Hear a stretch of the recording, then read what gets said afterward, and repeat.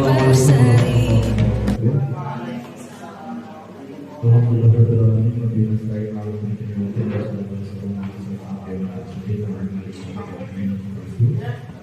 Saya hormati Bapak Kepala Sekolah sampai pendidik, Bapak Ibu karyawan yang menjadi acara pada siang hari ini. Pertama adalah kita panjatkan syukur kepada Allah Subhanahu Wa Taala yang telah melimpahkan kita dari kita kepada kita semua, sehingga kita bisa berkumpul pada acara siang hari ini tanpa ada kesalahan.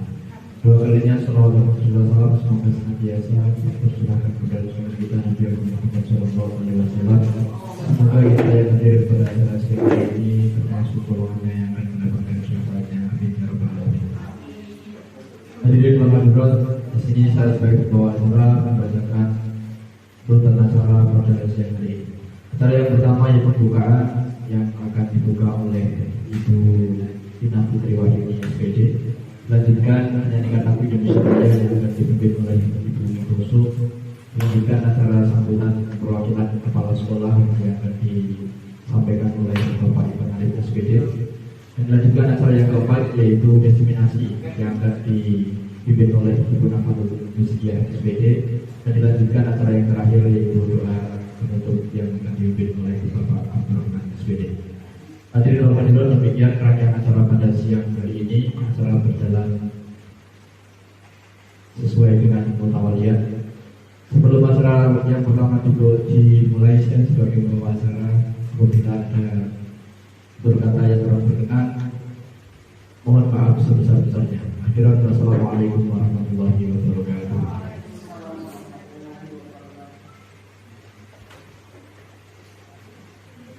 Assalamualaikum warahmatullahi wabarakatuh. Mari Bapak Ibu semua, sebelum kegiatan hari ini kita lanjutkan, maka terlebih dahulu kita mulai berdoa bersama.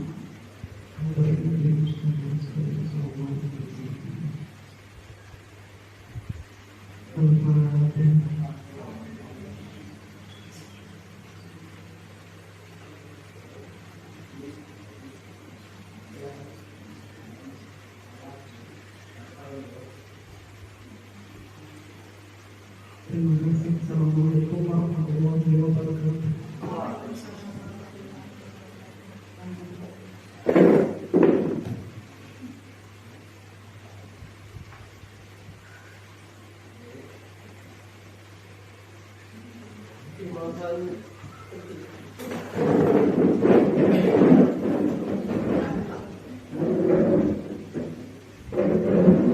Hiduplah Indonesia Raya, Indonesia tanah air, tanah tumpah darah.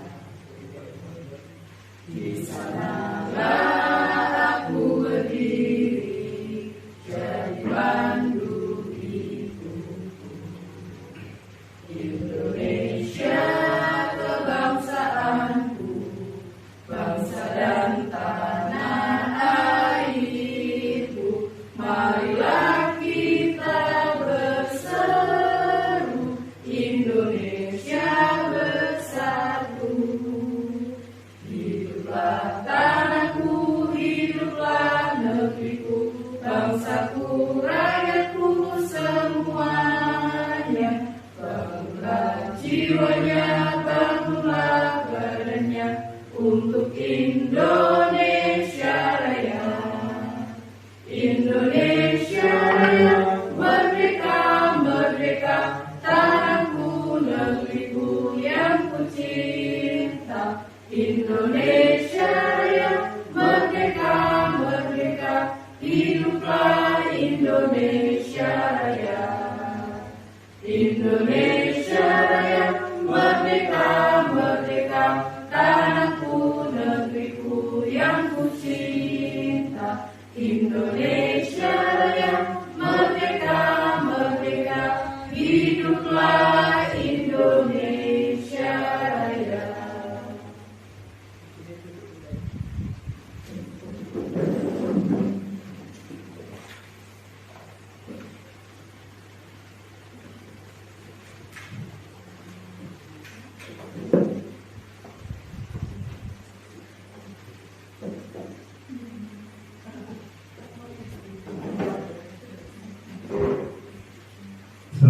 Assalamualaikum warahmatullahi wabarakatuh.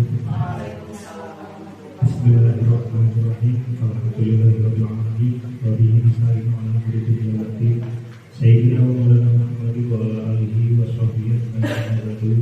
Yang saya hormati Bapak Ibu guru SMK Hidayah Hati, yang saya hormati Ibu Nahar Setia selaku yang akan mendiseminasikan hasil dari CGP nanti. Pertama, mari kita panjatkan puja dan syukur kehadirat Allah Subhanahu wa taala yang telah melimpahkan rahmat, taufik serta hidayahnya sehingga pada siang hari ini kita bisa berkumpul untuk bersama-sama mendengarkan, mencari ilmu bersama tentang diseminasi budaya positif oleh Ibu Nahar Setia pada siang hari ini dalam keadaan sehat walafiat. Salawat serta salam semoga tetap tercurahkan kepada Nabi Muhammad Sallallahu Alaihi Wasallam yang kita nantikan kita besok yang bermanfaat dari Tuhan. Bapak Ibu yang saya hormati, yang pertama saya mengucapkan terima kasih banyak atas kehadiran Ibu, terutama wabil khusus kepada Ibu Nahar Setia yang telah dari beberapa bulan kemarin sudah mengikuti bimbingan atau melaksanakan CGP calon guru penggerak. Dan pada hari ini setelah dari beberapa bulan kemarin belajar di CGP, sekarang hari ini yaitu waktunya untuk mendiseminasikan apa yang didapatkan di CGP. Semoga harapannya di diseminasi ini dapat membawa hal yang positif bagi kita, bagi sekolah kita, terutama khususnya bagi anak-anak didik kita. Semoga Bapak dan Ibu guru kedepannya bisa ikut dalam CGP sehingga semakin banyak guru yang masuk pada calon guru penggerak, maka akan semakin banyak hal-hal positif yang didapatkan. Mungkin itu yang dapat saya sampaikan. Kurang lebihnya mohon maaf. Assalamualaikum warahmatullahi wabarakatuh.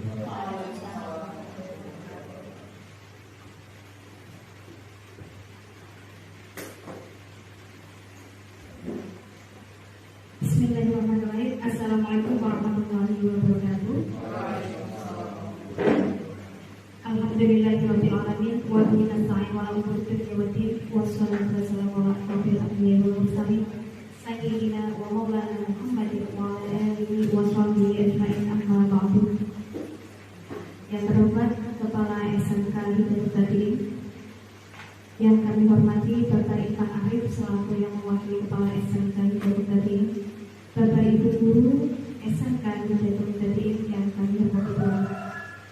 Alhamdulillah di siang hari ini kita masih diberikan nikmat yang luar biasa oleh Allah SWT, nikmat sehat, nikmat kesempatan, sehingga kita bisa berkumpul di tempat ini, insya Allah tempat yang penuh berkah, penuh dengan ilmu, dan insya Allah pula dalam keadaan sehat walafiat. Amin ya rabbal alamin. Salawat serta salam senantiasa kita curahkan kepada baginda Nabi Muhammad Sallallahu Alaihi Wasallam, Nabi akhir zaman, Nabi yang selalu kita nantikan syafaatnya. Dan semoga kita semua yang ada di sini tercatat sebagai umat beliau yang telah mendapatkan syafaat. Amin amin ya rabbal alamin.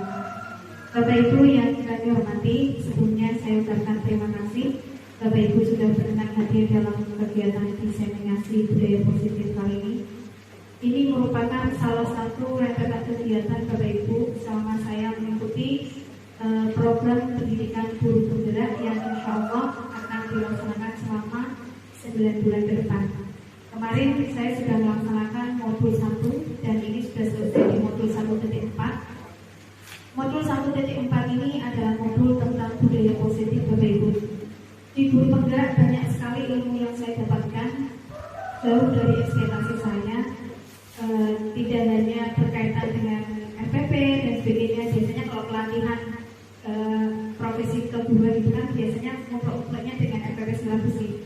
Kalau di guru penggerak tidak. Jadi kita benar-benar harus dirubah mindsetnya dari pemahaman kita tentang anak, pemahaman kita tentang seorang pendidik, tugas pendidik seperti apa, lalu anak itu harus diapakan, murid itu harus diapakan.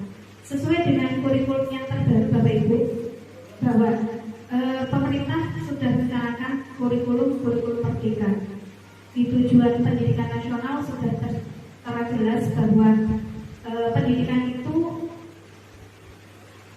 tujuannya adalah untuk menuntut anak supaya merdeka belajarnya, merdeka berekspresi, tapi tetap harus dituntun oleh Bapak Ibu supaya tidak dilarang arah. Itulah tujuan pendidikan menurut Ki Hajar Dewantara, Bapak Ibu. Jadi pada kesempatan kali ini saya izin berbagi pengalaman Bapak Ibu, berbagi ilmu, bukan berniat untuk menggurui, tapi ini saling berbagi. Nanti Bapak Ibu ada sesi tanya jawab, nanti kita bisa sharing setelah saya menyampaikan beberapa materi Bapak Ibu. Begitu gitu.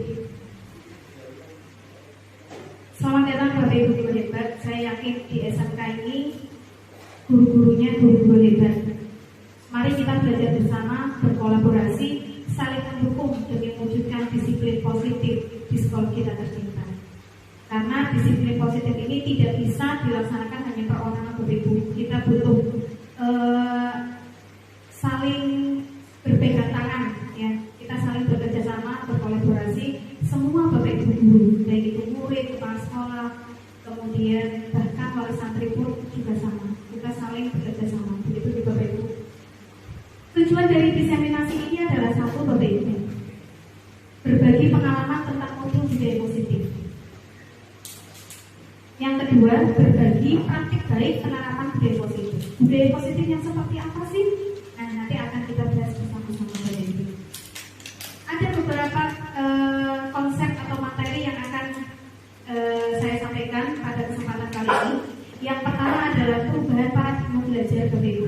Jadi kita harus tahu nanti anak itu belajar itu apa, ya. Lalu di lingkungan sekolah itu anak-anak harus bagaimana. Ini nanti harus kita mindset kita harus berubah dulu, Bapak Ibu. Yang kedua, kita akan membahas tentang disiplin positif. Kemudian ketiga, kebutuhan dasar manusia, motivasi perilaku manusia, posisi kontrol restribusi, keyakinan kelas, dan yang terakhir adalah segitiga restribusi. Banyak sekali mungkin istilah yang baru saja kita dengar di Bapak Ibu, ada restitusi, posisi kontrol, dan sebagainya. Nanti akan kita bahas satu persatu, Bapak Ibu.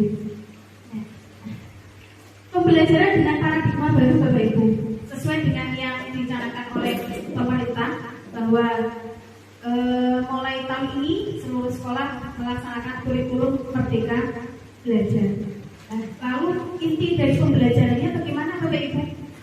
Inti dari pembelajarannya adalah pembelajaran dirancang berdasarkan prinsip pembelajaran berdiferensiasi. Maksud dari berdiferensiasi adalah setiap siswa belajar sesuai dengan kebutuhannya dari tahap perkembangannya untuk mewujudkan profil pelajar Pancasila. Profil pelajar Pancasila sangat dicanangkan di kurikulum merdeka, baik itu tingkat dasar sampai ke tingkat menengah. Dan capaiannya dari siswa itu pun di kurikulum merdeka adalah anak-anak bisa memiliki nilai-nilai yang ada di dalam Pancasila.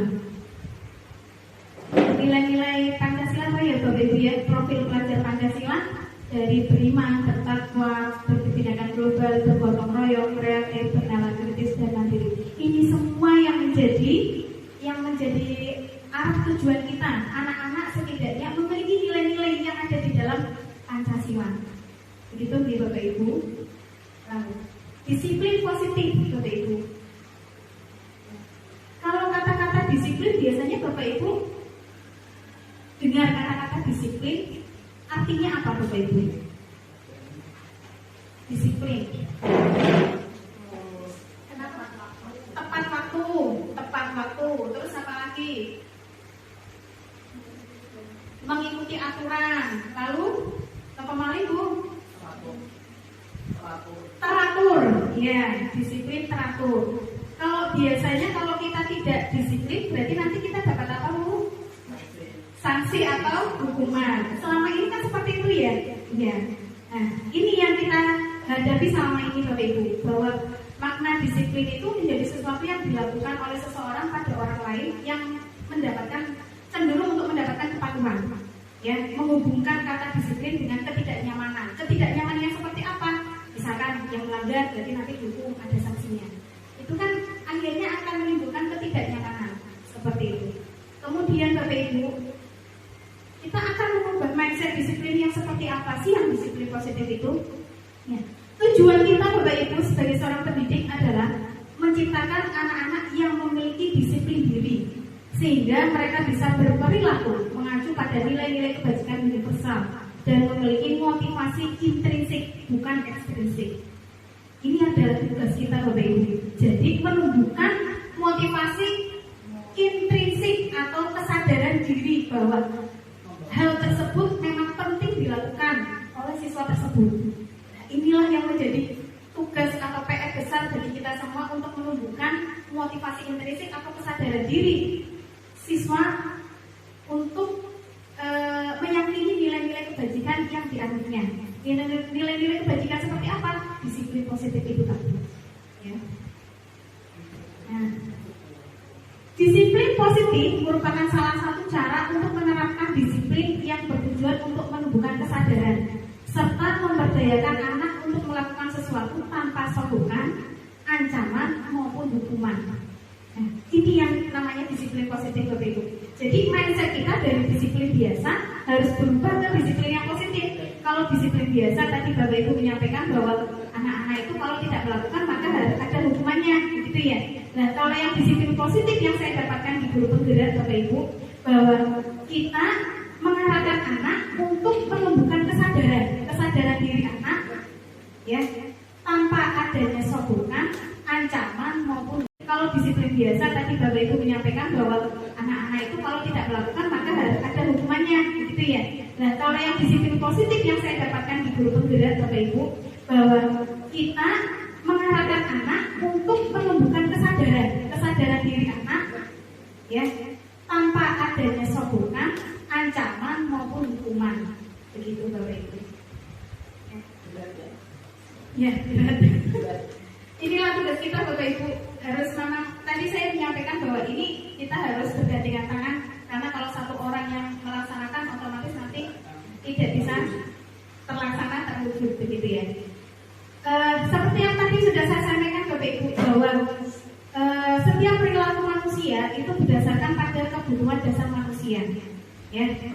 Contohnya kebutuhan dasar manusia itu ada 5 Bapak Ibu. Yang pertama adalah kebutuhan dasar untuk bertahan hidup. Bertahan hidup itu seperti apa? Makan, minum, ya, tempat tinggal dan sebagainya. Begitu Bapak Ibu. Kalau misalnya kok untuk kebutuhan dasar manusia yang bertahan hidupnya tidak terpenuhi, maka otomatis manusia itu akan melakukan hal-hal yang negatif. Begitu. Makanya pemenuhan kebutuhan dasar manusia ini harus dilengkapi dulu, termasuk siswa kita Bapak Ibu. Ya, yang kedua adalah pemenuhan kasih sayang dan rasa diterima Bapak Ibu. Bapak Ibu pernah mengalami kalau ada anak murid yang kadang-kadang caper, cari perhatian, gitu ya, dan lenggor gitu toh, ya kadang-kadang gandeng tiba-tiba. Itu karena dia kebutuhan dasarnya rasa kasih sayang dan rasa ingin diterimanya itu ingin dia munculkan, begitu Bapak Ibu. Terus yang ketiga adalah pengakuan atas kemampuan. Biasanya itu misalkan dalam satu kelompok ada anak yang memang kayaknya pengen aktif sekali, pengen menonjol dibandingkan teman-teman yang lainnya. Nah, itu adalah kebutuhan dasar. Pengakuannya dia ingin diperlihatkan. Jadi dia ingin kebutuhan dasarnya terpenuhi. Pengakuan diakui oleh guru, diakui oleh teman-teman yang lain. Begitu Bapak Ibu. Kemudian yang keempat, kebebasan Bapak Ibu. Bapak Ibu pernah merasakan kalau di kelas anak-anak banyak yang bosan? Ya. Banyak yang bosan. Itu karena ada beberapa hal. Kemungkinan kebutuhan dasarnya tidak terpenuhi, termasuk kebutuhan dasar kebebasan. Dia bebas, dia ingin bebas. Kadang ada anak yang ada anak yang gaya belajarnya kinestetik harus lari-lari. Kalau dia harus duduk diam saja, pasti dia akan bosan. Ya, nah inilah yang tadi disampaikan di awal bahwa pembelajaran anak itu berdiferensiasi sesuai dengan kebutuhan dasar manusianya, sesuai dengan kebutuhan siswanya. Ya. Yang terakhir adalah kesenangan Bapak Ibu. Ya.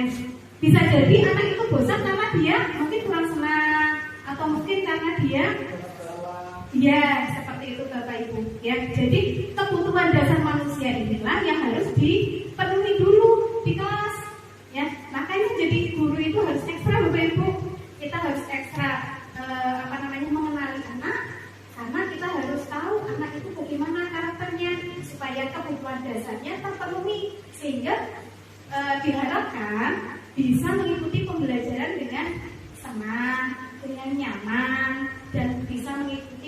baik. Begitu Bapak Ibu. Ini adalah kebutuhan dasar manusia. Tidak hanya murid, kita pun pasti akan membutuhkan kebutuhan dasar ini. 5 kebutuhan dasar ini semua manusia membutuhkannya Bapak Ibu. Ya, ini saya gambarkan supaya kita tahu bahwa ternyata ada sebuah kebutuhan dasar yang memang harus dipenuhi oleh seorang murid. Begitu nih Bapak Ibu. Nah, ini Bapak Ibu. Motivasi perilaku manusia Bapak Ibu. Dari kebutuhan dasar tersebut nanti akan menumbuhkan motivasi. Kalau kebutuhan dasarnya terpenuhi, insya Allah motivasinya juga akan timbul. Nah, motivasi itu apa? Dorongan yang timbul dari dalam diri seseorang Bapak Ibu, secara sadar atau tidak sadar untuk melakukan suatu tindakan tertentu. Motivasi ini kadang-kadang berbagai macam ya Bapak Ibu. Ya, ada yang contohnya motivasi untuk menghindari hukuman. Ya, dia berangkatnya lebih gersik. Tapi ternyata motivasi itu bukan dari dalam dirinya. Karena motivasi itu karena dia takut untuk dihukum. Nah, itu satu. Ini berarti motivasinya untuk menghindari ketidaknyamanan. Nah, lalu motivasi yang seperti ini kira-kira bagaimana Bapak Ibu? Ya, ini termasuk motivasi ekstrinsik Bapak Ibu. Ya, motivasi ekstrinsik, maksudnya motivasi ekstrinsik itu motivasi yang tidak bertahan lama.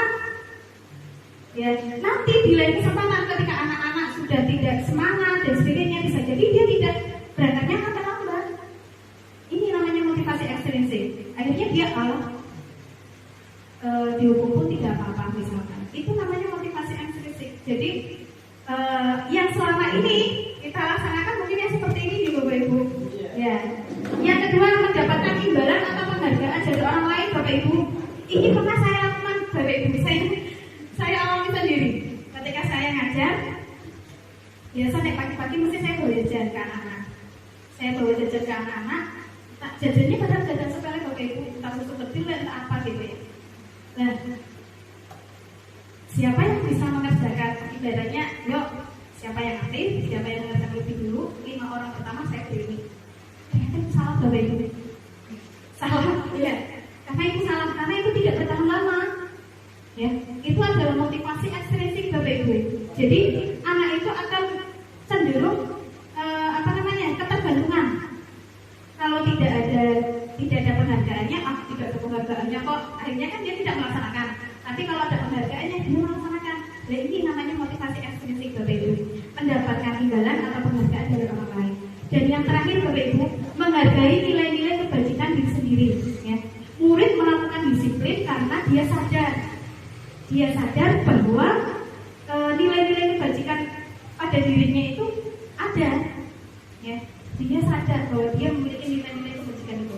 Dan inilah yang masuk dalam motivasi intrinsik Bapak Ibu, yang memang harusnya kita tanamkan kepada murid-murid, kita tumbuhkan kepada murid-murid. Karena motivasi intrinsik inilah yang insya Allah akan bertahan lama. Karena dia sadar bahwa dia butuh dan dia tahu nilai-nilai kebajikan dalam dirinya. Begitu Bapak Ibu. Ya. Begini Bapak Ibu, ada beberapa konsep disiplin dengan identitas gagal. Seperti yang tadi sudah saya sampaikan, ada motivasi karena ketidaknyamanan, motivasi karena imbalan, dan motivasi karena dia mengakui ada nilai-nilai kebajikan atau sadar bahwa ada nilai-nilai kebajikan dalam dirinya. Nah, konsep disiplin dengan identitas gagal itu maksudnya seperti apa? Nah, konsep disiplin dengan identitas gagal itu biasanya dengan hukuman Bapak Ibu. Ada dengan hukuman dan penghargaan. Nah, kok penghargaan bisa masuk dalam identitas gagal? Iya. Nanti ada beberapanya Bapak Ibu. Ya. Hukuman Bapak Ibu. Hukuman itu merupakan masuk dalam identitas yang gagal. Karena apa? Itu menyakitkan. Menyakitkan bagi yang menerima hukuman tersebut. Ya. Kalau di sini subjeknya adalah murid, berarti menyakitkan bagi murid, dan itu akan dia ingat sampai kapanpun. Satu kata dari mulut kita akan diingat terus oleh murid kita Bapak Ibu. Ya, baik itu kata baik atau kata yang tidak baik. Maka dari itu Bapak Ibu benar-benar apa yang kita sampaikan ke murid itulah yang nanti akan disimpan di otak mereka. Jadi kalau bisa hal-hal baik yang keluar dari mulut kita Bapak Ibu. Yang kedua, tidak nyaman Bapak Ibu. Kemudian murid akan menjadi takut, adanya paksaan, murid menyembunyikan kesalahannya, dan murid menjadi rendah diri. Inilah akibat dari adanya hukuman Bapak Ibu. Kemudian yang kedua dari penghargaan Bapak Ibu guru, itu penghargaan itu nanti jadinya tidak efektif, ya, karena dia akan ketergantungan dengan penghargaan tersebut. Yang kedua, merusak hubungan atau sifat iri. Maksudnya bagaimana? Misalkan anak itu setiap hari terus yang dapatkan, enggak, teman-temannya otomatis yang ketinggalan tidak mendapatkan. Nah, akan menimbulkan merusak hubungan antara temannya. Mematikan kreativitas. Yang terakhir adalah mendukung dengan sistem ranking Bapak Ibu. Ya, kita ingin memerdekakan murid, berarti ibaratnya kita tidak membandingkan anak, baik itu dari membandingkan dari kemampuannya ataupun dari peringkatnya Bapak Ibu. Nah, kalau ada konsep disiplin dengan identitas gagal, ada konsep disiplin dengan identitas sukses Bapak Ibu. Identitas sukses itu yang seperti apa? Yang ini, yang dua hal ini yang nanti akan kita pelajari, konsekuensi dan restitusi Bapak Ibu. Kalau konsekuensi itu maksudnya bagaimana Bapak Ibu? Ada peraturan di sekolah. Jadi anak-anak yang namanya konsekuensi, anak-anak itu tahu, oh itu ada peraturan, berarti saya harus bagaimana? Itu konsekuensi. Ya. Yang pertama adalah penguatannya jangka panjang. Yang kedua, perlu monitoring berkelanjutan, karena itu harus diawasi oleh kita Bapak Ibu guru. Ya, adanya stimulus dan respon. Stimulus yang seperti apa? Stimulus itu kan rangsangan. Respon itu berarti reaksi atau tanggapan dari rangsangan tersebut. Ya, stimulusnya dalam bentuk apa Bapak Ibu? Ada peraturan. Ketika anak melanggar, berarti anak harus bagaimana? Itu kan ada seperti itu. Dan itu pun di sekolah-sekolah pasti ada. Ya, yang selanjutnya murid menghormati peraturan. Karena itu sudah disepakati. Ya. Yang terakhir adalah kehilangan waktu untuk merenungi kesalahan. Anak tidak dibimbing, tidak diberi ruang untuk berpikir masalahmu apa, solusinya bagaimana. Nah, ini kalau konsekuensi Bapak Ibu, karena di situ sudah ada kalau kamu salah seperti ini, berarti kamu harus melakukannya. Misalkan, kalau kamu sudah menumpahkan air di meja, berarti kamu harus dibersihkan. Ya, kalau kamu terlambat, berarti kamu harus bagaimana? Itu kan sudah ada. Jadi anak tidak merenungi kesalahannya, ya, karena dia sudah langsung, oh berarti nanti ketika saya salah saya harus begini, begitu, ya. Yang kedua Bapak Ibu ada yang namanya restitusi. Ini adalah istilah baru Bapak Ibu, saya juga belum dapatkan di guru penggerak ini. Nah, restitusi itu bagaimana? Nanti anak-anak itu diharapkan dapat bertanggung jawab untuk perilakunya Bapak Ibu, ya. Dia bertanggung jawab atas perilakunya. Fokus pada pemecahan masalah jangka panjang. Murid menghormati dirinya dan orang lain. Maksud dari menghormati dirinya adalah dia akan memberikan ruang dia sendiri untuk berpikir saya harus bagaimana untuk solusi terhadap masalah saya. Ya. Kemudian ada teori kontrolnya Bapak Ibu. Jadi yang menemukan solusi itu muridnya, bukan gurunya. Gurunya yang membimbing. Kira-kira kalau seperti ini kamu harus bagaimana Mas? Mbak, gitu. Ya, berarti dirinya yang memegang kontrol, muridnya yang berpikir untuk berpikir kritis memecahkan masalah. Dan yang terakhir adalah murid bersemangat memperbaiki kesalahan. Insya Allah kalau dilaksanakan dengan continue Bapak Ibu, ya, istiqomah begitu Bapak Ibu. Ya, di sini ada konsep disiplin dengan pendekatan restitusi Bapak Ibu. Tadi sudah saya sampaikan tadi. Bedanya antara konsekuensi dengan restitusi di Bapak Ibu. Lalu kita langsung masuk ke dalam restitusi. Restitusi ini adalah sebuah cara menanamkan disiplin positif pada murid. Lalu maksudnya bagaimana? Pengertiannya bagaimana? Proses kolaboratif yang mengajarkan murid untuk mencari solusi atas masalahnya sendiri dan membantu murid berpikir tentang orang seperti apa mereka inginkan dan bagaimana mereka harus memperlakukan orang lain. Dan ini menurut Gaussen. Begitu Bu. Ini adalah restitusi. Berarti membimbing anak, menuntun anak untuk memecahkan masalahnya sendiri. Dia mau jadi seperti apa, silakan anak itu yang menentukan, bukan kita. Kita hanya mengarahkan. hanya mengarahkan. Lalu ciri-cirinya bagaimana? Ciri-ciri restitusi bukan menebus kesalahan, namun untuk belajar dari kesalahan. Yang kedua, memperbaiki hubungan. Yang ketiga, restitusi ini tawaran, bukan paksaan. Kita menawarkan, nanti anak-anak yang menentukan, anak-anak yang memecahkan solusinya. Ya. Kemudian menuntut untuk melihat ke dalam dirinya sendiri. Kira-kira dia itu bagaimana? Kalau dia sudah melakukan seperti ini, maka solusinya bagaimana? Dia mau seperti apa? Yang terbaik untuk dirinya, bukan yang terbaik untuk gurunya. Ya. Mencari kebutuhan dasar yang mendasari tindakan. Jadi kalau anak itu belajar untuk berpikir terhadap masalahnya sendiri, kira-kira saya itu kebutuhan apa yang saya harus penuhi? Saya bosan, saya inginnya ini Bu, saya ingin pembelajarannya lebih aktif. Biasanya anak kalau bisa mengungkapkan, oh berarti guru kan, oh berarti nanti memang pelajaran guru berarti harusnya lebih menyenangkan ya. Jadi kalau misalkan anak-anak ada yang menyampaikan seperti itu, bukannya kita terus akhirnya marah, tapi akhirnya itu menjadi motivasi kita Bapak Ibu. Refleksi itu bisa dari siapapun, bisa dari teman sebaya kita, rekan, guru, atau dari murid. Bahkan yang lebih mengenai itu malah yang dari murid, karena murid yang berhadapan langsung dengan kita. Jadi kita tahu yang kita sampaikan itu membuat mereka takut atau tidak, membuat mereka bosan atau tidak. Kebutuhan dasar mereka apa yang ingin mereka penuhi, mereka harus sampaikan sendiri. Begitu. Jadi kita hanya menuntun Bapak Ibu kalau di kurikulum merdeka seperti itu. Selanjutnya Bapak Ibu fokus pada karakter, bukan tindakan. Ya. Nah itu yang tadi sudah saya sampaikan di awal. Nilai-nilai kebajikan universal yang ada di P5 itulah yang menjadi tujuan dari pembelajaran di kelas. Nilai-nilai karakter yang ada di murid. Kemudian menguatkan dan fokus pada solusi. Tadi sudah disampaikan restitusi itu seperti apa. Lalu perbedaannya apa Bapak Ibu? Tadi nanti kita akan 3 istilah di Bapak Ibu. Ada hukuman, ada konsekuensi, ada restitusi Bapak Ibu. Lalu perbedaannya bagaimana kalau kita dalam penerapan kasusnya?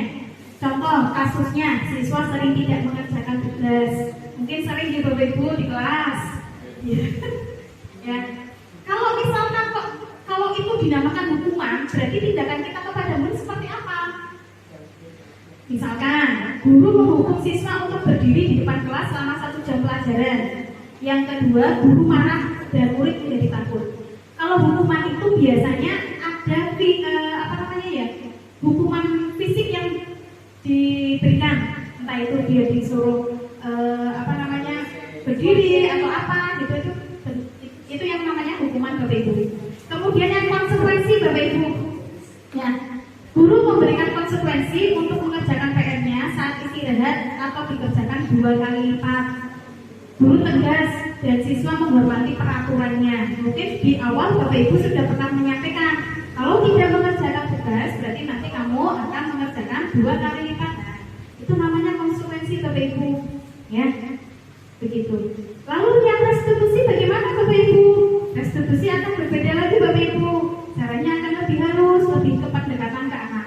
Guru menanyakan keyakinan kelas Bapak Ibu. Di sini ada keyakinan kelas, atau keyakinan dirinya, dan membantu siswa menyelesaikan masalahnya. Jadi siswa tidak dibiarkan sendiri, tapi tetap dibimbing atau dituntun oleh Bapak Ibu. Kemudian guru terbuka, siswa menghormati dirinya dan orang lain.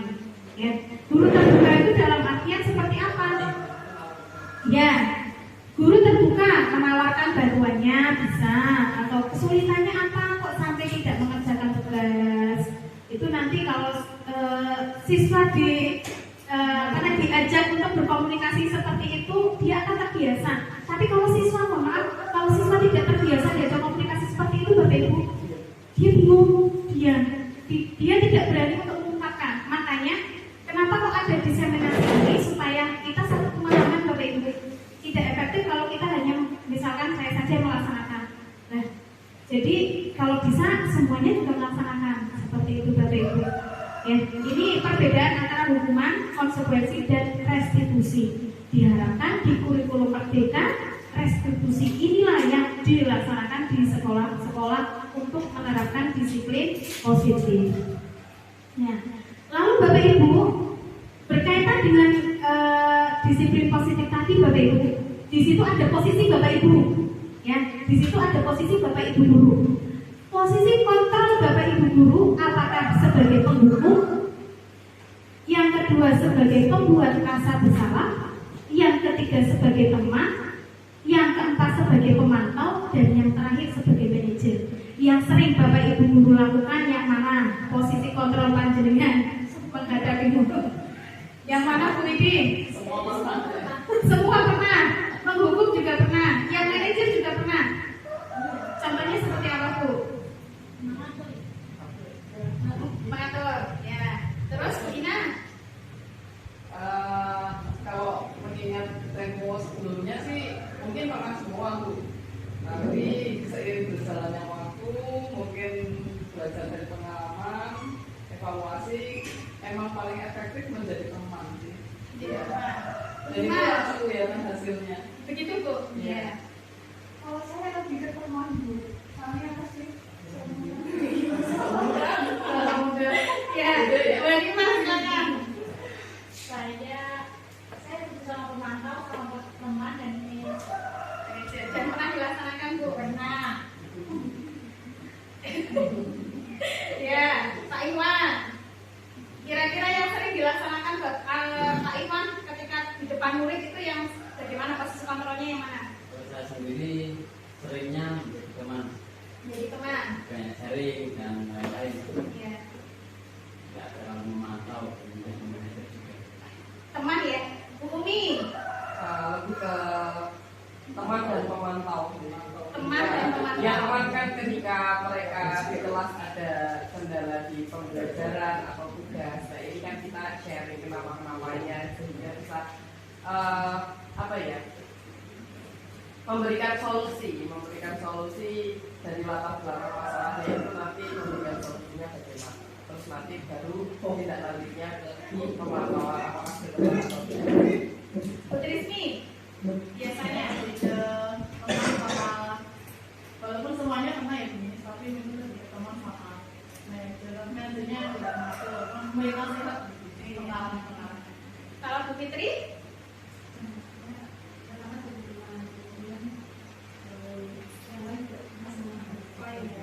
Kebanyakan berarti sebagai teman gitu Bapak Ibu. Ya, kita akan kaji bersama Bapak Ibu. 5 posisi kontrol ini sebenarnya seperti apa sih? Yang sebagai penghukum, pembuat rasa bersalah, sebagai teman, sebagai pemantau dan manajer. Manakah dari kelima ini yang memang harusnya kita terapkan dalam diri kita sebagai guru ya, sebagai guru untuk menghadapi murid-murid begitu Bapak Ibu. Ya. Contoh penerapan 5 posisi kontrol Bapak Ibu, nanti Bapak Ibu bisa menyimpulkan sendiri ya. Kalau penghukum itu seperti apa, pembuat rasa bersalah seperti apa, teman, pemantau, manajer seperti apa. Kasusnya adalah siswa tidak memakai atribut lengkap. Mungkin di sekolah kita juga sering seperti itu ya Bapak Ibu. Kalau kita posisi kita sebagai penghukum Bapak Ibu, kita akan mengatakan kata-kata seperti ini. Patuhi aturan sekolah. Kalau tidak, berdiri di depan barisan. Ya, patuhi aturan sekolah lalu berdiri di depan barisan.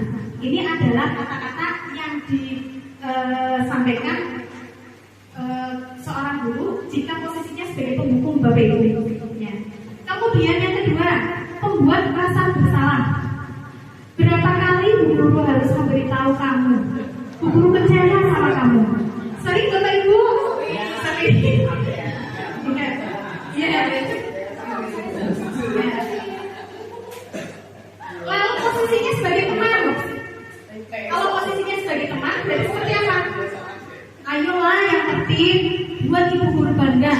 Kali ini tidak apa-apa kamu salah. Lain kali perlu diperhatikan ya. Pernah Bapak Ibu?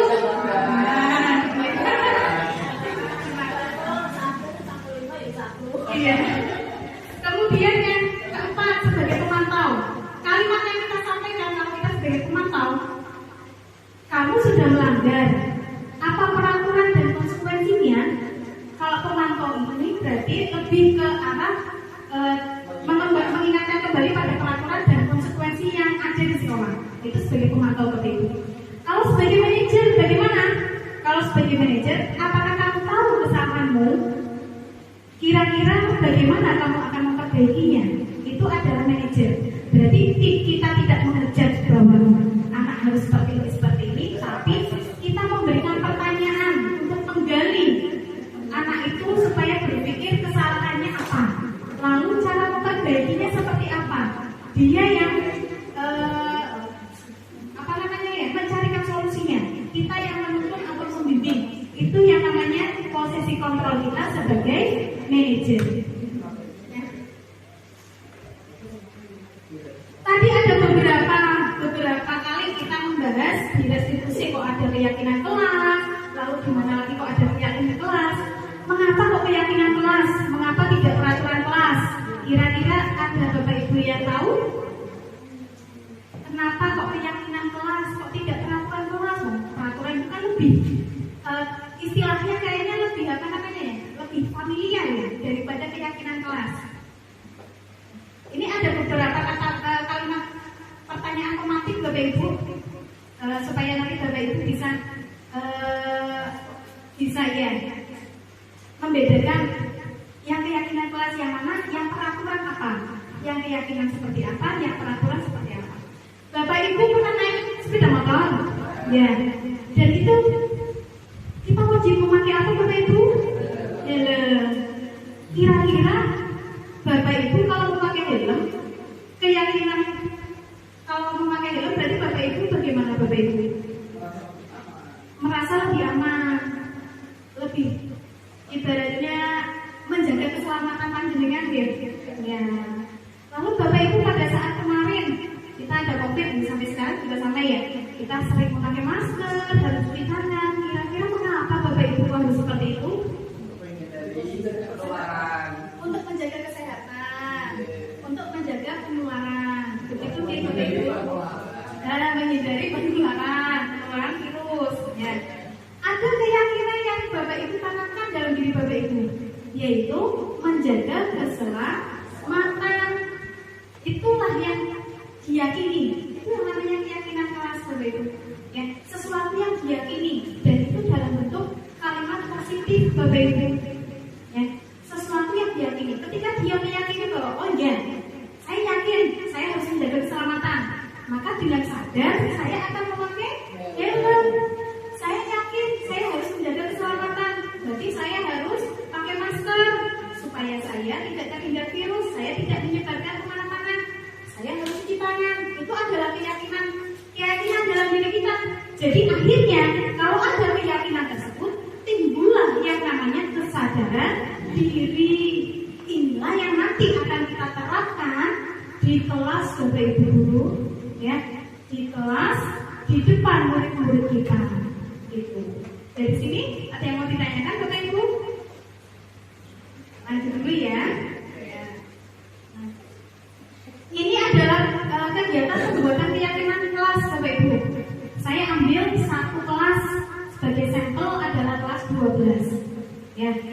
Pertama yang dilaksanakan adalah berdiskusi dulu Bapak Ibu. Ya, berdiskusi tentang peraturan sekolah dulu. Kira-kira yang sering kalian hadapi peraturan sekolah yang seperti apa? Ya, kemudian nanti anak-anak akan menuangkan gagasannya dalam kertas atau apa begitu.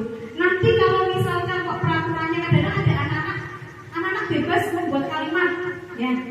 Nah, dalam keyakinan kelas itu kita menghindari kalimat negatif Bapak Ibu.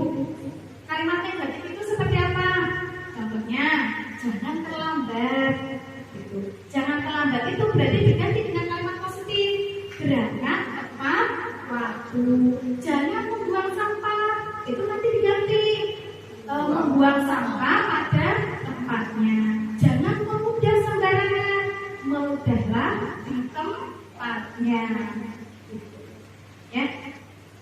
Jadi pembuatan keyakinan kelas ini bersumber dari peraturan yang ada dulu Bapak Ibu. Terus nanti kita kaji di dalam peraturan itu kira-kira ada keyakinan apa yang harus mereka yakini. Misalnya tadi mereka harus berangkat tepat waktu. Berarti dia harus menghargai apa? Menghargai waktu, menghargai dirinya sendiri. Saya tekankan pada kelas 12. Hargai diri kalian sendiri. Pernah tidak kalian berpikir bahwa kalian harus menghargai pelajaran sendiri. Tidak. Hargai dirimu sendiri. Gunakan waktu semaksimal mungkin. Contohnya ketika pelajaran kalian tertidur, kalian tidak menghargai dirimu sendiri. Jangan berbicara kalian menghargai dunia dulu. Menghargai dirimu sendiri. Kalian sudah membuang-buang waktu, kalian tidak mengikuti pelajaran. Ya, jadi kata-kata yang positif itulah yang harus kita sampaikan ke anak-anak. Ya, dengan satu menghargai diri, disiplin waktu. Contohnya buang sampah pada tempatnya itu sebagai kunci apa? Oh, kunci kebersihan. Karena kebersihan itu adalah sebagian dari iman. Karena kita berada di lingkungan pondok pesantren. Itu Bapak Ibu. Kemudian selanjutnya merumuskan peraturan menjadi keyakinan kelas Bapak Ibu. Dari peraturan itu nanti ada beberapa anak yang menyampaikan tidak tertidur di kelas, misalkan mengikuti pelajaran dengan baik. Ya, nanti Bapak Ibu yang membimbing untuk pembuatan keyakinan kelas ini. Kemudian kalau sudah dirumuskan peraturan itu menjadi keyakinan kelas dalam bentuk kalimat-kalimat yang positif, kemudian semua warga kelasnya itu menandatangani, disepakati. Ya, ditinjau kembali kalau bisa sebelum disepakati, ditinjau kembali. Ini kemarin kesepakatan kalian disimpulkan keyakinan kelasnya seperti ini. Berarti karena ini adalah kalian yang menuangkan sendiri, berarti kalian setidaknya harus melaksanakan. Kalian juga harus meyakininya. Ya, kalau sudah ditinjau kembali, baru nanti Bapak Ibu guru bisa diketik atau dibuat poster atau dibuat MMT, ditandatangani oleh seluruh siswa di dalam kelas tersebut. Kemudian ditempel di dinding kelas, supaya sebagai pengingat, anak-anak juga ingat, Bapak Ibu guru juga ingat. Ya, keyakinan kelas ini dibaca supaya bisa dilihat oleh murid. Ditulis yang besar silakan. Nah, nanti ketika dia akan melanggar keyakinan kelas tersebut, Bapak Ibu akan mengembalikan kepada nilai kebajikan yang dia yakini. Dia harus seperti apa, solusinya bagaimana, Bapak Ibu yang menuntut dan membimbingnya. Ya, ini adalah beberapa keyakinan kelas yang kemarin anak-anak sudah buat Bapak Ibu. Yang pertama adalah beriman dan bertakwa kepada Allah Subhanahu wa taala. Ini dari kegiatan apa kok sampai menyimpulkan beriman dan bertakwa kepada Allah Subhanahu wa taala? Berdoa Bapak Ibu, berdoa di dalam kelas, tadarus Al-Qur'an, sholat. Kalau dia meyakini bahwa dia harus beriman dan bertakwa kepada Allah Subhanahu wa taala, doa itu adalah memohon kepada Allah, maka harus dilaksanakan dengan baik. Termasuk sholat duha juga sama. Kalau dia meyakini, berarti dia harus melaksanakan dengan sadar diri. Yang kedua, menghargai diri sendiri, menghargai waktu dan orang lain. Ya. Kemudian kebersihan adalah sebagian dari iman. Selanjutnya bertanggung jawab. Kemudian yang kelima, menjunjung tinggi kejujuran. Dan yang terakhir adalah menjalin solidaritas. Lalu keyakinan kelas ini apakah paten? Tidak, Bapak Ibu. Bisa ditinjau kembali, bisa ditambah jika nanti kita sesuai dengan kebutuhan Bapak Ibu. Oh, misalkan ini yang ada beberapa poin yang sudah maksimal. Oh, bisa ditambahi belajar dengan antusias, belajar dengan semangat. Itu juga bisa dimasukkan ke dalam keyakinan kelas tersebut. Di Bapak Ibu. Ya. Lalu ada beberapa prosedur pembentukan keyakinan kelas Bapak Ibu. Ya, dari pertama Bapak Ibu, karena ini sistemnya suara dari murid, berarti murid yang akan berpendapat Bapak Ibu, curah pendapat tentang peraturan yang perlu disepakati. Tidak perlu banyak-banyak Bapak Ibu untuk pembuatan keyakinan kelas, karena kalau terlalu banyak nanti akan sulit untuk dihafalkan, ya, sulit untuk diingat. Maka dari itu keyakinan kelas cukup sedikit tapi mengena kepada anak-anak. Ya. Yang kedua, mencatat semua masukan. Ketika murid menyampaikan, berarti dicatat semuanya.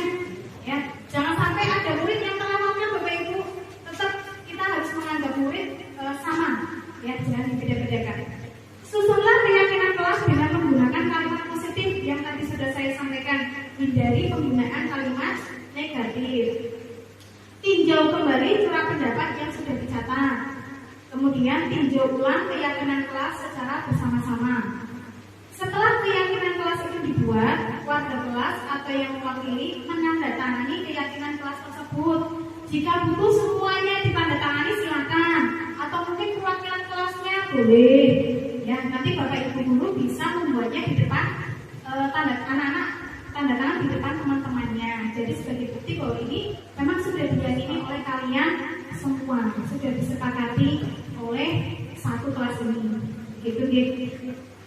Selanjutnya, keyakinan kelas ditempel di dinding kelas agar mudah diingat. Kalau bisa dengan tulisan yang cukup besar, Bapak Ibu. Tadi yang saya contohkan di kelas 12 TP itu berprint-printan biasa, Bapak Ibu. Ini proses dalam dibuat atau ditulis kembali oleh murid yang besar, kemudian nanti ditempelkan lagi. Begitu, Bapak Ibu. Yang perlu diperhatikan dalam pembentukan keyakinan kelas, Bapak Ibu, yang pertama lebih abstrak dari peraturan. Kalau peraturan itu biasanya yang tadi memakai seragam sesuai dengan harinya. Itu kan peraturan, ya, lebih mudah dipahami. Tapi kalau keyakinan kelas itu lebih abstrak. Lebih abstraknya bagaimana? Ya, lebih abstraknya bagaimana? Contohnya tadi, berarti kalian harus memakai seragam. Kalau memakai seragam sesuai dengan harinya, berarti keyakinan kelas apa, nilai-nilai apa yang muncul, Bapak Ibu? Apa? Bisa menghargai diri, ya toh? Menghargai diri sendiri, ya toh? Terus apa lagi, Bapak Ibu? Disiplin, bisa. Disiplin dalam menggunakan seragam, bisa. Atau disiplin langsung, itu bisa. Kemudian yang kedua berupa pernyataan universal, ya. Lebih bersifat umum, Bapak Ibu, ya. Dibuat dalam bentuk positif yang tadi sudah saya sampaikan. Sedikit saja agar mudah dipahami. Jangan terlalu banyak, Bapak Ibu. Sedikit tapi lebih mengena kepada murid, ya. Sesuai dengan kondisi kelas dan sekolah agar mudah diterapkan. Yang terakhir, semua warga sekolah atau kelas dilibatkan dalam pembuatan keyakinan kelas. Nah, keyakinan kelas ini monggo nanti kok bisa dimulai oleh wali kelas masing-masing. Wali kelas masing-masing dibuat di kelas masing-masing pula. Lalu kalau guru mapel bagaimana? Boleh, guru mapel itu bisa jadi berkaitan dengan mata pelajarannya. Ya, berkaitan dengan mata pelajarannya bisa dibuat keyakinan kelas. Atau ngikuti keyakinan kelas yang sudah dibuat oleh wali kelas, silakan. Ya, karena hasil akhirnya sama. Kita menumbuhkan kesadaran diri atau motivasi intrinsik dari dalam diri siswa. Itu.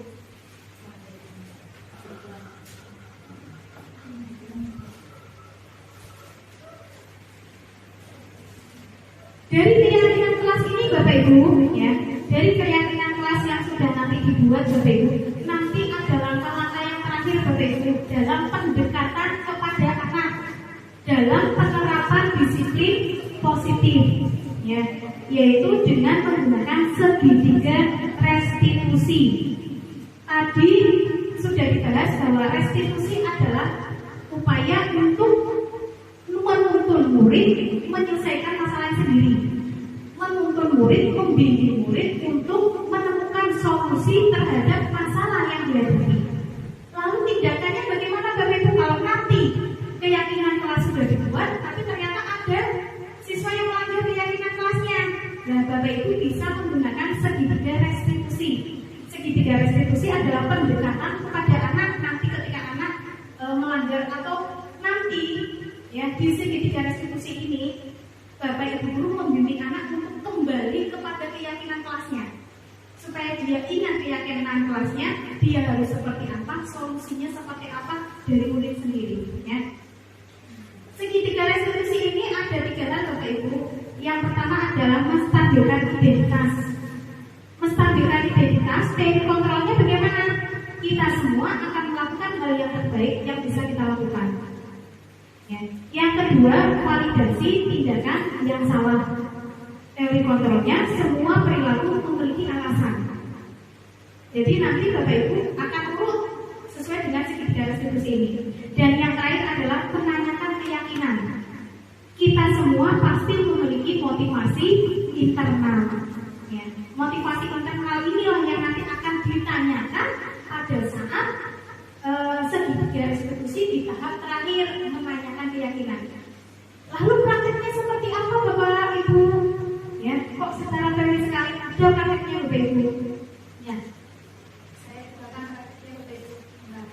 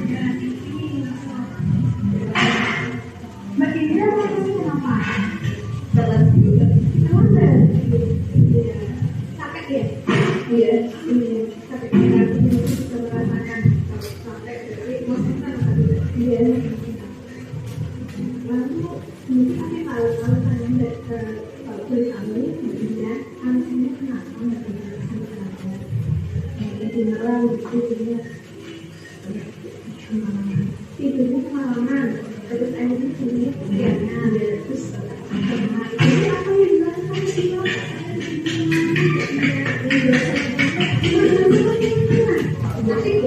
Iya, lalu kalau seperti ini sebenarnya sudah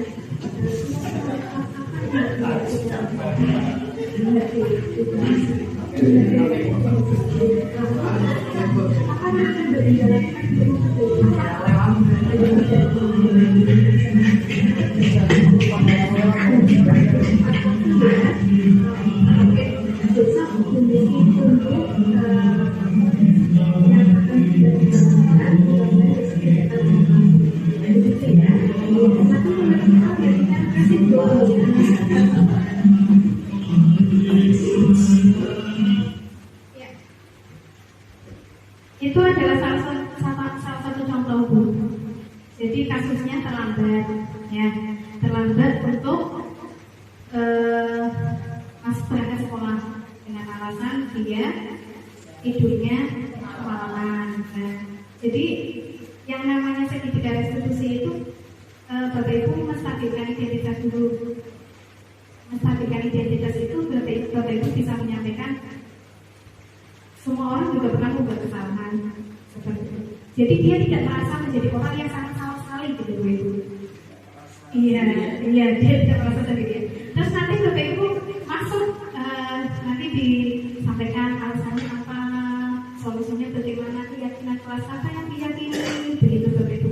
Ini efektif atau tidak? Ini tergantung dari nanti komunikasi kita dengan murid Bapak Ibu. Karena kita butuh ekstra perjuangan, makanya kita butuh. Iya, kita juga harus saling, yang tadi sudah saya sampaikan, kita saling bergandengan tangan, ibaratnya sama-sama melaksanakan kegiatan ini dengan baik Bapak Ibu. Memang kita butuh personel banyak untuk melaksanakan ini, dan ini juga harus kita sampaikan pemahaman ini kepada yayasan seperti itu Bapak Ibu. Dengan harapan adanya budaya positif ini tidak membuat murid menjadi identitas yang digantung. Ya, karena ketika kita menghukum anak itu akan diingat sampai nanti dia dewasa. Mungkin Bapak Ibu juga pernah merasakan ya, ketika Bapak Ibu dulu dihukum atau mungkin walaupun tidak dihukum, maksudnya misalkan ada guru yang langsung mengucapkan apa ke jenengan dan itu tidak sesuai dengan hati nurani, pasti kan teringat terus ya. Iya.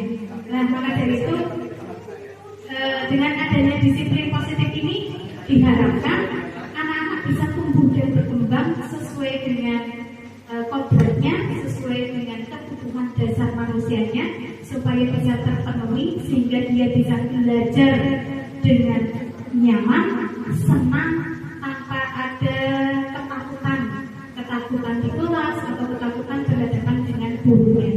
Nah, dengan harapan seperti itu Ibu.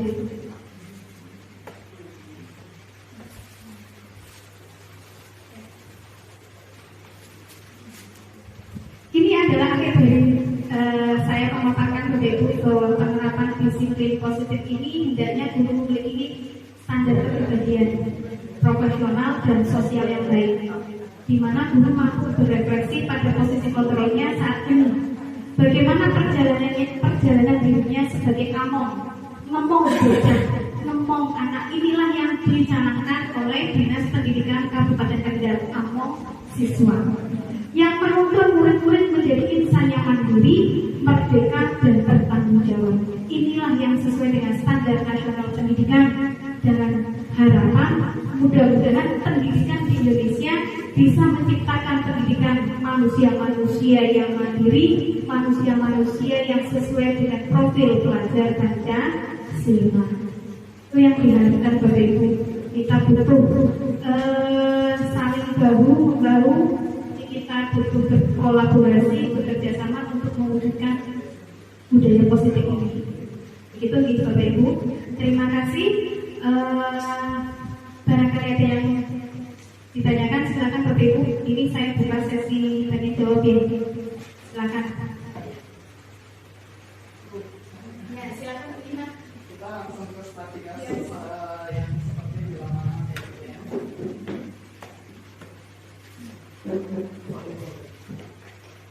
Assalamualaikum warahmatullahi wabarakatuh. Di sini saya mau sharing sedikit ini kejadian yang sering kita jumpai di lapangan. Kira-kira dari teori yang sudah dipaparkan, kemudian dari penjelasan yang sudah dijelaskan. Misalnya Bu, ada kasus begini. Dalam satu semester ini kan saya membuat bukan kesepakatan ya, lebih ke saya memindahkan anak saya di kelas 8 itu kan sebanyak 8 anak. Kalau dari yang dijelaskan tadi ada istilah restitusi, di mana kita tidak seharusnya menghukum, kemudian menghindari bentuk konsekuensi dan lain sebagainya. Kemudian bagaimana caranya kita menghadapi anak yang memang sudah di luar kontrol? Karena kalau istilahnya kita restitusi, kemudian bersabar, kemudian pengennya kan begitu tuh. Tapi ketika si anak ini memberikan dampak negatif yang cukup luar biasa kepada anak yang lain, sebaiknya solusinya yang kita ambil bagaimana? Apakah dengan memindahkan itu juga kira-kira bijak atau tidak dengan apa yang diharapkan dari pendidikan yang sekarang kita jalani, kurikulum merdeka belajar. Terima kasih, Miss. Saya jawab satu persatu gitu. Ya. Terima kasih Bu Ina. Dari usaha yang sudah bisa dilaksanakan Bu Ina dengan baik, sebenarnya kalau memang masalahnya itu kita di sekolah itu kan apa namanya ya, strukturalnya ya Bu. Kalau sudah dari wali kelas sudah melaksanakan kok, tapi ternyata masih bermasalah, otomatis kan ada di atas kita yang bisa menentukan keputusannya. Termasuk yang tadi sudah disampaikan, ibaratnya kita sudah berusaha dengan maksimal untuk melaksanakan dengan baik. Dan kita sudah melaksanakan pendekatan itu kepada anak berkali-kali, tidak hanya kepada anak, tapi juga kepada orang tuanya. Lalu dikatakan apakah itu wajar atau tidak, selagi anak itu masih bisa untuk melanjutkan pendidikan ke jenjang yang lebih baik, dalam artian kita kan memberikan pilihan ya Bu, memberikan pilihan kepada orang tua, kepada anak, ibaratnya dari sikap yang sudah dilakukan oleh anak sudah terlalu sangat berat sekali. Kalau usaha Bu Ina sudah maksimal, kita serahkan kepada yang memiliki kebijakan lagi seperti itu. Jadi kemarin kan sudah dilaksanakan yang namanya diskusi dengan orang tua. Ya, ibaratnya kita tetap menjalin komunikasi dengan baik karena keterlaksanaan pembelajaran di sekolah ini tidak hanya berkaitan antara murid, guru, kepala sekolah, tapi juga wali santri. Ya, semuanya harus saling saling berkomunikasi dengan baik. Karena dari komunikasi itulah insya Allah akan menjadi hubungan yang baik pula di antara kita. Ya, orang tua juga akan lebih memahami keadaan anak. Kita juga berkomunikasi kepada orang tua juga tanggapannya akan lebih seperti itu. Ya, jadi ibaratnya yang tadi sudah disampaikan oleh Bu Ina, wajar ibaratnya dari kebijakan sudah menentukan seperti itu, yang paling penting satu Bapak Ibu ya, kita ibaratnya memindahkan anak untuk bersekolah di tempat lain gitu ya, ibaratnya tidak menuntut anak untuk berhenti untuk belajar gitu. Ya, terima kasih usaha dulu. Kita juga masih sama, Bapak Ibu itu yang lebih berhadapan langsung dengan anak, apalagi yang wali kelas ya. Wali kelas itu sangat ekstra sekali kalau ibaratnya apa namanya ya, langsung berhubungan dengan wali santri. Ada yang mau ditanyakan lagi Bapak Ibu? Monggo. Silakan.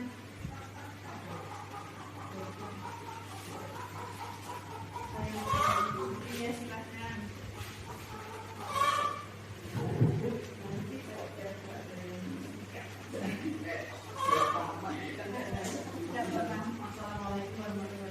Waalaikumsalam warahmatullahi wabarakatuh. Saya mau tanya ya Bu, ini ya pengalaman Bu ketika ada anak-anak yang memang ketika belajar itu sudah biasa dengan gurunya.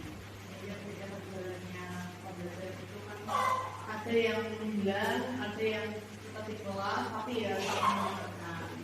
Itu bagaimana? Terima kasih.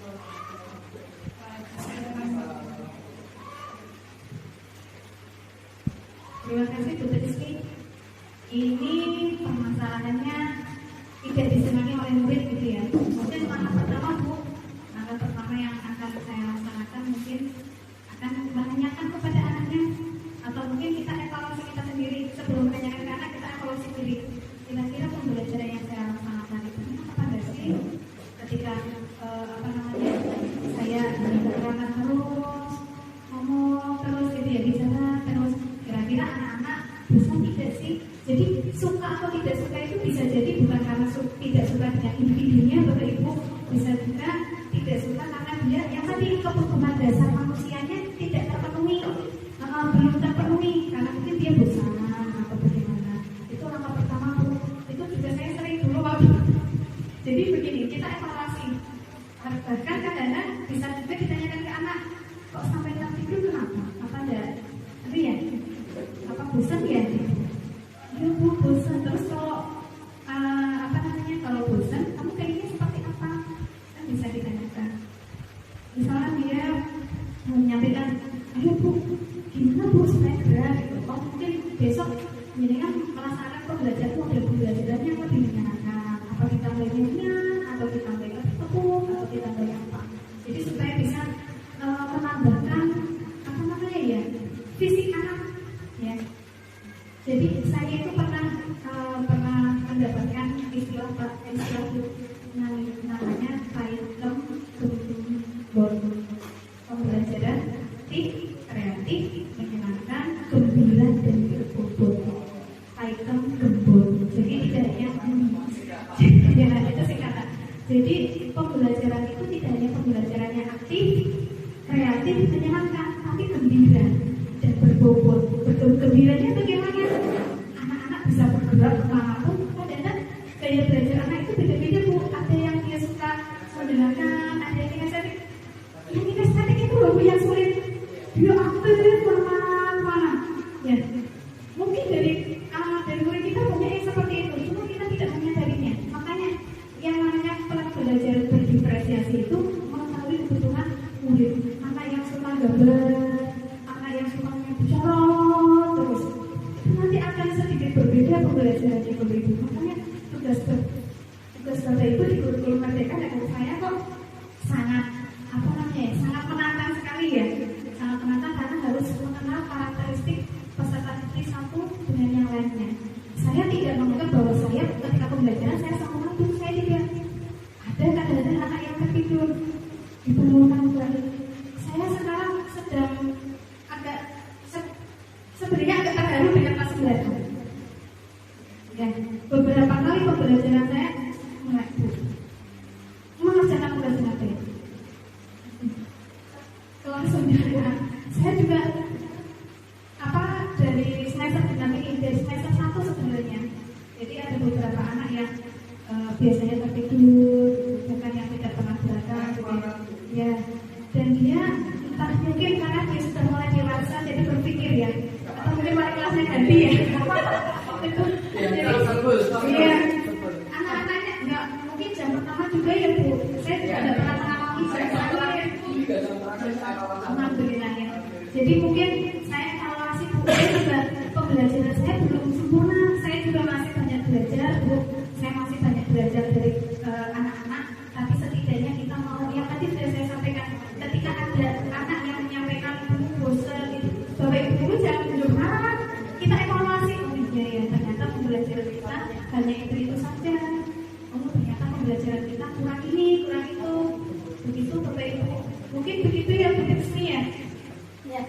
Ya, mungkin bisa dievaluasi dulu atau mungkin boleh menanyakan kepada anaknya atau mungkin Bapak Ibu misalkan Bu Desmi pengen ibaratnya kita di sini sama-sama guru saling berbagi, saling sharing, bisa sharing dengan temannya. Kok kelas ini kira-kira saya harus bagaimana ya? Dan ketika diberikan pendapat pun setidaknya kita mau menerima perbedaan diri kita sendiri, ya. Bapak Ibu, kita adalah komunitas praktisi Bapak Ibu, jadi kita belajar bersama, berbagi pengalaman tentang permasalahan anak yang ada di kelas, dari permasalahan pembelajaran maupun permasalahan yang lainnya. Dari permasalahan misalnya Bapak Ibu Ibu pada saat perencanaan pembelajaran, pelaksanaan, penilaian masih masih kurang, Bapak Ibu bisa sharing dengan teman-teman yang lain. Itu kita sistemnya saling sharing ya Bapak Ibu. Boleh silakan. Ini tadi saya yang lewat atau bagaimana saya kurang paham. Tadi kan ada ciri-ciri restitusi. Nah, ada poin tawaran atau bukan paksaan. Boleh minta tolong dijelaskan saya dulu. Ya, terima kasih Bu. Yang namanya tawaran atau paksaan itu berarti tawaran terhadap yang tadi disampaikan Bu, apa namanya? Kita menanyakan ke anak dari masalah tersebut, kamu bagaimana? Apa yang kamu rasakan? Apa yang diyakininya? Solusi apa yang sebaiknya kamu laksanakan? Jika solusi yang disampaikan oleh anak itu ada jauh menyimpang, Bapak Ibu bisa menyampaikan lagi. Oh, kalau seperti itu nanti kamu seperti ini. Jadi kalau seperti ini bagaimana? Jadi begitu bukan paksa, kamu harus seperti ini, kamu harus seperti ini. Nah, kalau seperti itu, ya. Kayak tadi di kelas 12 itu ada anak yang menyampaikan, kenapa kamu tertidur Mbak? Saya ngantuk Bu, tadi malam saya ngobrol, tadi malam saya habis embel kitab ya, embel kitab. Lalu ngobrol dengan siapa? Ini. Terus kamu kalau misalkan supaya tidak ngantuk kamu gimana? Saya pulang Bu. Adanya gitu. Nah itu kan harus kita teruskan ya, supaya iya. Kalau pulang saya bisa tidur Bu. Harus kita teruskan. Jadi itu namanya Bapak Ibu guru itu dengan jawaban anak seperti apapun kita harus siap, ya harus siap. Namanya guru menuntun dari jawaban yang lainnya. Kalau kita mengiyakan anak itu suruh pulang, sih dia kan iya. Jadi kita luruskan Bu, karena kita posisikan di pondok ya. Tidak jujur anak-anak ketika dia mau pulang harus pulang bukan tidak. Jadi kita luruskan. Selain pulang ada solusi lagi tidak selain itu. Jadi kita tawarkan. Ada solusi lagi tidak selain itu? Ya saya tidak mau pulang Bu. Gitu. Ya dia menjawab dengan dia karena kelas 12 ya 12 SMP itu. Ya maksudnya tawaran seperti itu bukan paksaan. Kalau kita paksaan tidak boleh pulang kamu harus di sini kan? Itu kan sebenarnya kita mau menyampaikan seperti itu, tapi kan tidak saya harus gitu ya. Begitu ya Bapak Ibu. Ada yang mau disampaikan lagi Bu? Iya Bu Mi, silakan.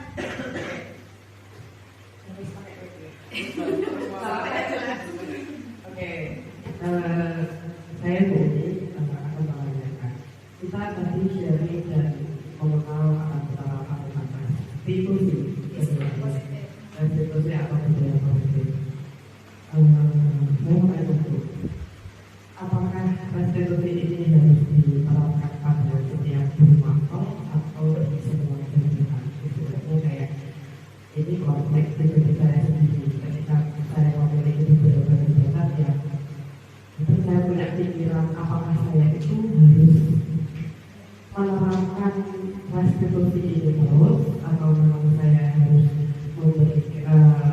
menjadi sahabat mereka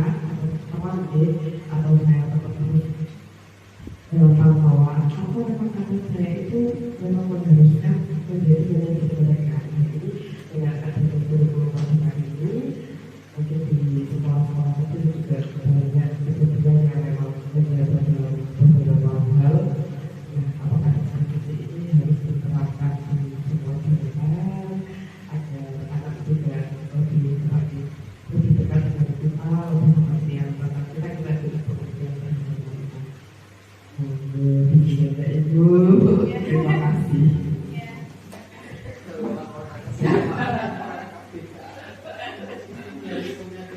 Iya, terima kasih Bu Umi. Ya, saya Bu, saya lanjutkan ya. Sebenarnya restitusi ini tidak hanya dilaksanakan kepada siswa, itu yang pertama nanti Bu ya, supaya alurnya bisa.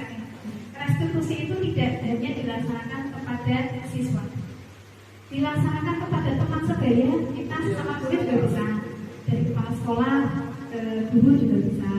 Jadi tidak hanya fokus kepada siswa, ini satu. Kemudian, apakah di semua jabatan kita harus menggunakan restitusi? Diharapkan, diusahakan, karena tadi sudah ada posisi kontrol, memang posisi kontrol dari penghukum, pembuat rasa bersalah, teman, pemantau, manajer, itu diharapkan itu nanti menjadi manajer begitu. Manajer bagi murid, membimbing anak untuk mencari solusi untuk memecahkan masalah sendiri. Itu seperti itu. Agak berat ya. Tapi kita berusaha untuk melaksanakan yang seperti itu. Ya. Jadi memang tadi sudah disampaikan bahwa seorang pendidik itu harus memiliki kompetensi sosialnya dengan baik, emosionalnya juga dengan baik. Karena pada saat kita menghadapi siswa, masalahnya yang sudah semakin ibaratnya sudah melampaui batas, pasti kita akan emosi. Ya, ketika pun kita juga tidak baik, kita masuk ke dalam kelas, kita juga akhirnya emosi. Ya, maka dari itu memang seorang guru harus benar-benar mengatur emosi dengan baik. Saya juga masih banyak belajar karena belum bisa mengelola emosi dengan baik. Setidaknya, ayo kita bersama-sama untuk melaksanakan restitusi ini di sekolah kita. Ya, minimal timing-timing dulu tidak apa-apa. Yang penting kita berusaha. Lalu kita evaluasi yang telah kita laksanakan, kira-kira efektif tidak ya kepada anak. Ya, kita evaluasi bersama. Makanya butuh bantuan tidak hanya guru BK, semua guru mapel pun ibaratnya harus belajar ini. Ya, laksanakan ini karena bahkan di dalam kelas pun yang sering bertemu adalah guru mapel, dan itu pasti sering banyak menemukan masalah yang dialami oleh siswa. Begitu Ibu. Jadi tidak di BK ya semuanya, apalagi Bu Umi mana kesiswaan BK dicoba dilaksanakan seperti itu. Nah, kalau menghilangkan buku poin dan sebagainya itu nanti kan perlu kita ibaratnya tidak perlu. Iya, kita yang tadi sudah saya sampaikan, timing dulu Bu, ya, karena pemahaman tentang budaya positif ini tidak harus paradigma mindset itu langsung berubah semua kan tidak ya, pasti ada gejolak dan sebagainya. Nah, ini juga kan perlu dibahas dengan yayasan karena kita juga melakukan yayasan. Ya, ini yang tadi sudah saya sampaikan.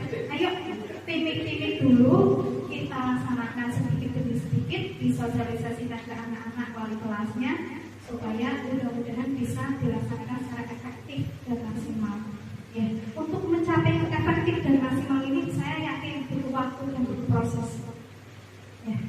Istilahnya mungkin masa peralihan itu karena kan anak yang terbiasa bisa praktek, bisa melaksanakan kewajiban mereka itu selama ini kan memang kondisinya kalau sudah semacam dituntut dengan agak lebih gitu. Sedangkan untuk restitusi sendiri kan sangat berlawanan dengan itu. Betul sekali. Harusnya dialihkan ke hal yang lebih positif. Mungkin maksudnya kan begini kayak kalau pagi itu kan kita nggak mungkin satu persatu dengan halus, dengan yang sabar terus dan sebagainya sedangkan masalah peralihan itu tadi. Jadi mungkin problemnya itu bergejolaknya terutama di itu kebiasaan paginya yang atau waktunya tidak bisa. Ini kan mungkin problematikanya dua kesiswaan yang biasa setiap pagi. Ya. Kalau terlalu keras nanti restitusinya hilang. Ya makanya tadi sudah saya sampaikan sebenarnya restitusi ini baik kalau kita ibaratnya prinsipal ya Bu, dalam artian kalau kita cuma mikirnya individu tidak sekeliling tapi kan kita ada ibaratnya ada kebijakan lain yang memang kadang-kadang penyesuaian memang butuh penyesuaian waktu karena harus disosialisasikan, ibaratnya tidak hanya semua pihak dari yayasan, dari kepala sekolah SMK dan sebagainya begitu. Jadi nanti ya tadi sudah saya sampaikan, ayo kita belajar ini dulu, setidaknya dari awal membuat keyakinan kelas dulu, membuat keyakinan kelas. Kalau anak-anak sudah mulai terbiasa menyampaikan permasalahannya, menyampaikan problemnya, nilai apa yang dia yakini, insya Allah ya mudah-mudahan Bu, mudah-mudahan kalau kita misalkan bersatu padu ya, saling ibaratnya kita tidak bisa sendirilah, kita bisa berkolaborasi untuk melaksanakan budaya positif ini. Banyak problem tidak hanya di sekolah ini, yang lain juga seperti itu. Ya, jadi yang tadi sudah sampaikan, untuk mencapai efektif dan maksimal itu kita butuh waktu yang minimal kita ayo membuat keyakinan kelas dulu, di mapelnya sendiri monggo, di wali kelasnya silakan. Kalau mapel biasanya lebih khusus lagi mapelnya ya. Jadi supaya anak-anak mengingatkan anak-anak, kalau anak-anak melanggar berarti dikembalikan lagi ke nilai kebajikan yang dia yakini. Kamu sudah melanggar apa? Berarti kamu harus bagaimana? Nah, biasanya jawabannya seperti itu. Begitu gitu. Ada lagi, Bapak Ibu? Untuk menumbuhkan rasa keyakinan itu kan membutuhkan pemeriksaan yang sampai mengangkat dan membutuhkan pulang. Ketika kok seperti tadi contohnya keterlambatan siswa, ya kalau satu kita bisa restitusi bisa.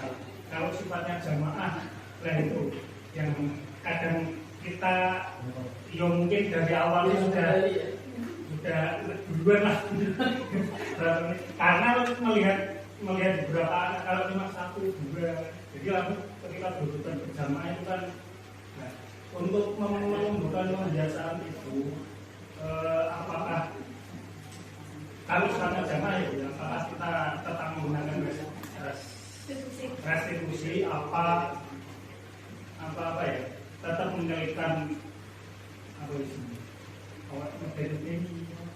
sanksi, terus ancaman, terus reward lah gitu. Kalau sifatnya jamaah, apakah kita menggunakan itu apa tidak? Jangan kalau kita ngomong di masalah agama dengan ayat-ayat Al-Quran Jagung, ada ayat-ayat tentang modern-modeni.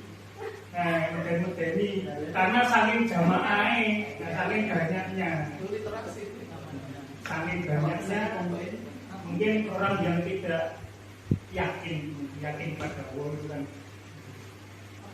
prepones untuk yang masalah jamaah tadi. Iya, terima kasih.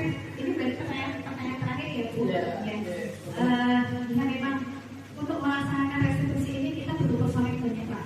Satu, butuh personil banyak. Makanya disosialisasikan kan supaya semuanya mindsetnya langsung terbuka di sini.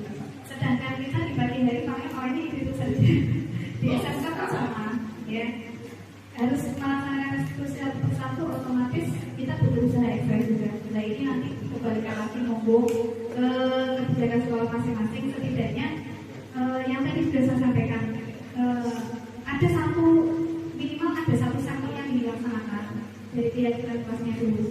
Walaupun kita juga ibaratnya masih sangat kewalahan sekali kalau harus banyak sekali ketika anak-anak dalam berbagi hari gitu ya. Jadi memang ya itu lebih Pak, saya juga tantangannya dari saya menerima materi ini juga tantangannya sangat berat sekali karena harus mengubah 180 derajat bahkan 360 derajat dari kondisi yang di sekolah seperti ini ke kondisi sekolah yang diharapkan. Sebenarnya yang tadi saya sampaikan, ya titik-titik itu karena menumbuhkan kesadaran sangat betul Bapak Ibu, menumbuhkan kesadaran diri sadar diri kita sendiri loh. Kadang-kadang sangat sulit sekali ya, apalagi kita harus mencoba untuk menumbuhkan kesadaran diri. Tapi kita harus kerjasama, butuh proses, butuh usaha yang maksimal yang tadi sudah saya sampaikan.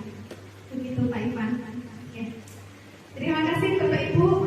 Ya, yang penting semangat, kita saling berkolaborasi. Minimal satu keyakinan kelas dilaksanakan terlebih dahulu Bapak Ibu.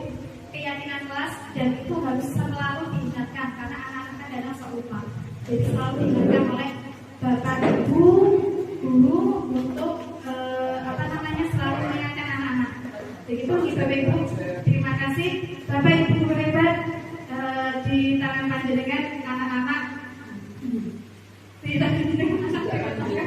Ya, insya Allah akan menjadi anak-anak yang hebat. Semoga kita semua yang ada di sini bisa menjadi contoh yang baik bagi anak-anak, bisa membimbing menuntun anak-anak menjadi anak-anak yang sukses dunia akhirat. Amin amin ya rabbal alamin. Terima kasih Bapak Ibu. Cukup sekian dari saya. Saya akhiri. Wassalamualaikum warahmatullahi wabarakatuh.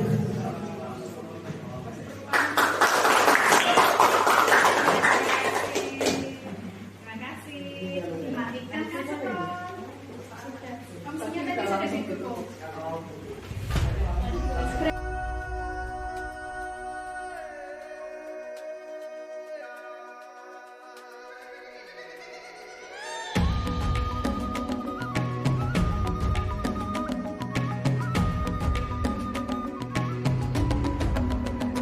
Bangun dan bukalah matamu, saatnya meraih mimpimu. Arahkan pandangan ke depan, Tuhan kan menuntunmu. Sadari Kegiatan diseminasi budaya positif dengan narasumber itu Nafabul Miskia. Banyak hal-hal baru yang saya dapatkan, misalnya apa sih itu restitusi, apa sih perbedaan antaranya peraturan kelas dan keyakinan kelas, dan bagaimana sih menghadapi karakter siswa yang berbeda-beda. Kedepannya semoga saya bisa menjadi seorang pendidik yang baik, seorang pendidik yang mampu berkolaborasi dengan siswa untuk menciptakan suasana belajar yang menyenangkan dan kondusif. Terima kasih. Wassalamualaikum warahmatullahi wabarakatuh.